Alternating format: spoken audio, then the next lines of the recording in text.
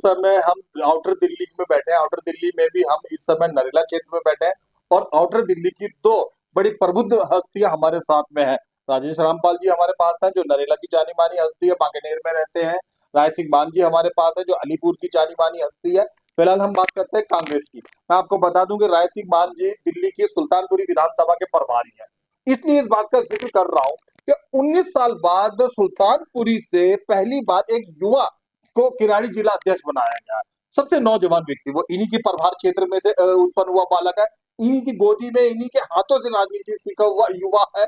आइए इसी विषय में और साथ में ये भी बताना मैं पसंद करूंगा अभी ताजी जानकारी के अनुसार कि जो 14 और उसके अलावा अन्य जो कांग्रेस के जिला अध्यक्ष हैं उनको बेसिक ट्रेनिंग के लिए अजमेर पुष्कर भेजा गया है। क्या हो रहा है क्या नहीं इसी विषय में बात करने के लिए मौजूद है हमारे साथ में राय सिंह मान जी। राय सिंह जी बहुत बहुत जी स्वागत है आपका। नमस्कार। सबसे पहले हम सुल्तानपुरी पे बात करते हैं। कैसा महसूस हुआ आपके अंदर के पुराने कांग्रेसी को कि जिस जगह का आपको प्रभारी बनाया गया उसी जगह का एक युवक जो है वो आज किराड़ी जिला का अध्यक्ष बना दिया गया। देखिए, जो हमारे प्रदेश अध्यक्ष है भाई देवेंद्र यादव जी, वो बहुत ही उनकी दूरदृष्टि इतनी है कि जैसे राहुल जी की दूरदृष्टि, उन्होंने एक आदमी चुन के दिल्ली को दिया भाई देवेंद्र यादव के रूप में, तो अध्यक्ष बने। और अध्यक्ष बनने के बाद उनका ये जो कार्यशैली है, उनकी जो भाषा है, इतनी मृदु भाषा है। और जो उनका मैं ये कहूँगा कि काम करने का जो तरीका है वो ऐसा है कि उन्होंने बड़े छाट छाट के अपने जितने भी कांग्रेस के सिपाही थे, उन्होंने सब जगह प्रभारी लगाए। 70 विधानसभा में 70 प्रभारी दिए गए थे, जो पहली बार हुआ था। और उसके बाद जैसे हमने जाके सुल्तानपुर माजरे में एक एक आदमी को तलाश करके, एक जय किशन जो पहले एमएलए होते थे वहां से, उनके परिवार से, दो भाई है वो, लेकिन एक भाई को हमने तलाशा और उसको बाहर निकाला कि भी आप है ना काम करो, और आपके काम के प्रति है ना जो कांग्रेस जो है ना आपको कुछ ना कुछ इनाम जरूर देगी। और उस वरुण ढाका उसका नाम है। तो उसने इतनी मेहनत की, इतनी मेहनत की, तो हमें भी उम्मीद नहीं थी कि देवेंद्र भाई उसको जिला अध्यक्ष बना देंगे। क्योंकि सुरेंद्र जो कुमार है, भवाना से थे जो पहले, वो इतने पुराने हो गए थे कि सब भाई सचिन कुमार जी से लेकर आज तक है ना वो जिला अध्यक्ष चले आ रहे थे। 3 बार के एमएलए भी रहे वो। तो कांग्रेस हमेशा उन आदमियों को बढ़ाती है जो अच्छे परिवार से, कांग्रेसी परिवार से है और काम करने वाले हैं। तो ये देवेंद्र यादव जी की मैं समझूंगा भाई की कि ये दूरदृष्टि थी कि उन्होंने वरुण ढाका को चुना और एक आगे संदेश दिया कि मैं ऐसा नहीं है, बड़े बुजुर्गों का और युवाओं का एक है ना मिलन करके।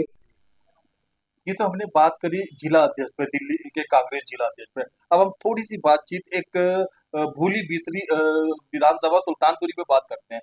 25 साल तक आपकी पार्टी ने वहां पर राज किया, 25 साल तक आपकी पार्टी का विधायक रहा। अब वो लंबे समय से आम आदमी के खाते में है, तीसरी बार वो आम आदमी के खाते में गए। क्या माना जाए, कांग्रेस वहां पे मटिया मेट हो गई है, धूमिल हो गई है, कमजोर हो गई है?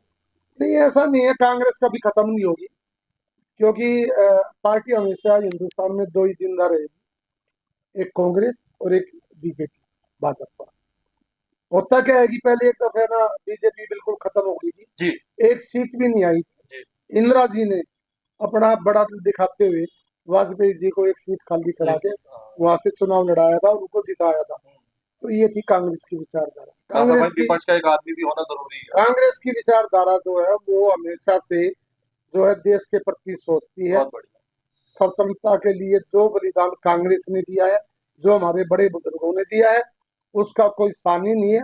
और उसका जो भगवान से वरदान है वो कांग्रेस कभी खत्म नहीं होगी। लेकिन ये है कि इन द मीन टाइम कुछ छलिया, कुछ जादूगर, कुछ बाजीगर घुस गए थे आके, और वो एक आंदोलन छेड़ा हुआ था जब क्या नाम था उनका, अन्ना आंदोलन। अन्ना आंदोलन। तो वो एक बीजेपी की जो बी टीम थी, उसमें से कुछ ही आदमी थे जो अच्छे अच्छे आदमी थे। कुमार विश्वास, बहुत सारे लोग हैं, आशुतोष है, और अपने यादव साहब है। तो वो सारे निकल गए थे अच्छे अच्छे आदमी। तो ये जो जितने भी चीटर टाइप आदमी वो इसमें रह गए थे। और उन्होंने हमारी कांग्रेस का एक वोट बैंक जो हमारा अपना था उनको एक छलावा देके कि 200 यूनिट हम बिजली का जो बिल नहीं देंगे, पानी फ्री कर देंगे, ये कर देंगे, वो कर देंगे। किया कुछ नहीं। पहले बिजली का बिल आता था 2 महीने में, यूनिट का क्या रेंज था, उसके बाद सरचार्ज क्या थे। आज 28 दिन में एक बिजली का बिल आता है। सरचार्ज मेरे ख्याल से तो 3 या 4 गुना ज्यादा है। तो बिजली महंगी नहीं हो, बिजली तो भी इतनी महंगी हो गई कि हम अगर एक लाइट जलाते हैं ना तो कमरे से बाहर निकलते हैं तो हमें इतना याद रहता है कि अगर ये लाइट नहीं बंद की तो यूनिट जो है ना वो 200 क्रॉस कर जाएगी, 300 क्रॉस कर जाएगी। उसके बाद जो हंगामा होगा बिजली का वो हम बर्दाश्त नहीं कर पाएंगे। चला हुआ था। हाँ, धीरे धीरे अब हमारा जो जनाधार है, क्योंकि मैं पिछले काफी समय से सुल्तानपुर माजरे में काम कर रहा हूँ, लोगों ने खुद आके BLO BLA 2 बने हैं। लोग खुद आके हमारी जो है सभाओं में आते हैं, वहाँ खुद हमारी मीटिंगों में आते हैं। और सबसे बड़ी बात मैं आपको एक बताऊं कि युवा बहुत जुड़ रहा है अच्छा। राहुल गांधी की शैली देख के, और भाई देवेंद्र यादव की शैली देख के। मेंबरशिप दो, आप हमें फॉर्म भर के मेंबरशिप दो, और हम कांग्रेस में आना चाहते हैं, कांग्रेस के लिए काम करना चाहते हैं। हम एक पढ़े लिखे प्रधानमंत्री को देखना चाहते हैं हिंदुस्तान में, क्योंकि हमने एक गलती कर दी कि एक प्रधानमंत्री हमने ऐसा बना दिया जो 4 घरानों से पूछ के काम करता है, 4 घरानों को देख के चलता है। अमेरिका से देख के पेट्रोल खरीदता है, कहाँ से खरीदना है, अमेरिका के कहने पे ही वो उठता है, बैठता है, सोता है। और अपना एक जहाज ले रखा है, उसमें बहुत बड़ा घूमने निकल जाता है विदेश।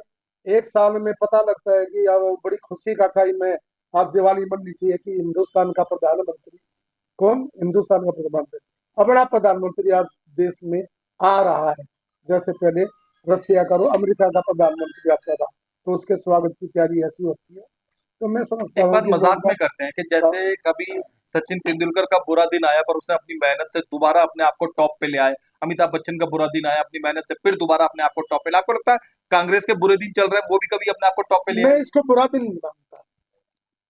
मैं इसको एक चीज मानता हूँ कि हम जब पीक पे थे अपनी सत्ता के नशे में थे, उस टाइम नशा कहूंगा, सारी सीटें अपनी सारे राज्य में सारा टॉप राज पर। अपने, सब कुछ था, तो हमारे नेताओं में घमंड नाम की चीज आ गई, वर्कर को भूल गई थे, आम वर्कर को भूल गए थे। और इतना घमंड था कि वो अगर कोई समस्या लेके दिल्ली देहात का किसान अगर उनके नई दिल्ली कोठी पे जाता था तो उनको 2-2 3-3 घंटे बैठाए रखते थे। अच्छा। और जब बात करते थे किसान अपनी समस्याओं की, तो कहते तुम्हें कुछ नहीं पता, हमें पता है, देश हम चला रहे, राज हम चला रहे। उसका भुगतान कांग्रेस उसका ने किया है।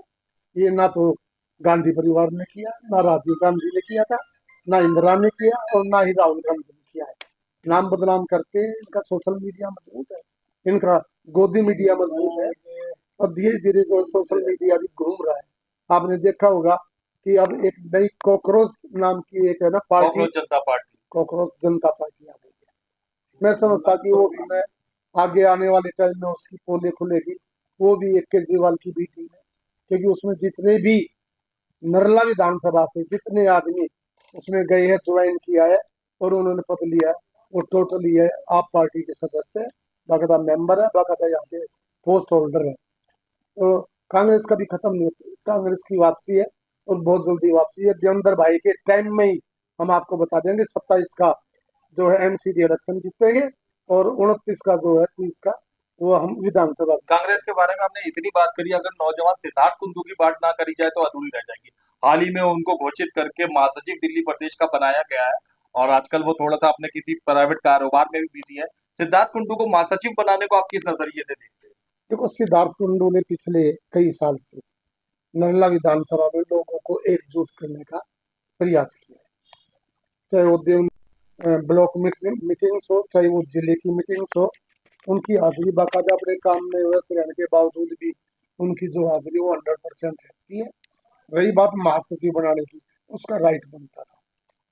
वो आदमी सुबह निकलता है तो शाम तक ये पता नहीं लगता कि वो अपनी पार्टी के लिए क्या खर्च कर रहा है, क्या कमा रहा है। ऐसा आदमी जिसकी एक आह्वान पे 200-400 आदमी जुड़ जाता हो, वाकई में वो बहुत ही युवा प्रतिभाशाली आदमी है। और मैं ये समझता हूँ कि आने वाले समय में अगर ऐसे आदमी जैसे भाई राजेश राम गोपाल जी हैं, बहुत पुराने प्रतिष्ठित जो है घर से है, इनके पिताजी राम गोपाल जी यहाँ से काउंसलर भी रहे, पुराने नेताओं में से है, CKM नायर और चौधरी ब्रह्म प्रकाश के टाइम से, और यहाँ चेयरमैन भी रहे। तो मैं ये समझता हूँ कि आने वाले समय में पार्टी पॉलिसी चाहे कुछ भी हो, ब्राह्मणों में टिकट होगा तो भाई राजेश राम गोपाल का होगा, और जाटों में टिकट होगा तो भाई सिद्धार्थ कुंडू का होगा। और मैं ये समझता हूँ कि बहुत अच्छा वो इलेक्शन भी लड़के दिखाएंगे, जीत के भी दिखाएंगे। यहाँ हमने आपकी बात कराई रायती मान से। हम मौजूद है इस समय में राजेश जी के पास में। दो बातें बता दूं, इनके पूजनीय पिताजी यहाँ से निगम का चुनाव लड़ चुके हैं, निगम का जीत चुके हैं और जोन चेयरमैन रह चुके हैं। ये ब्राह्मण सभा के नरेला क्षेत्र के चेयरमैन है।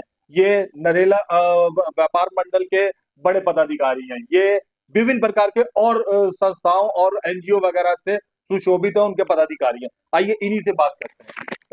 राजेश जी, बहुत बहुत स्वागत है आपका। मैं चाहता हूँ दर्शकों को पहले थोड़ा बहुत अपने बारे में बताएं। पहले तो मैं आपका धन्यवाद करता हूँ कि आप यहाँ तक पहुँचे। आप पत्रकार महोदयों का बहुत बहुत धन्यवाद। अब मेरा परिचय, मैं राजेश भारद्वाज श्री ब्राह्मण सभा नरेला क्षेत्र का अध्यक्ष हूँ। Narela timber and steel trade association का भी अध्यक्ष हूँ। और संस्थाएं जो एजुकेशन से भी रिलेटेड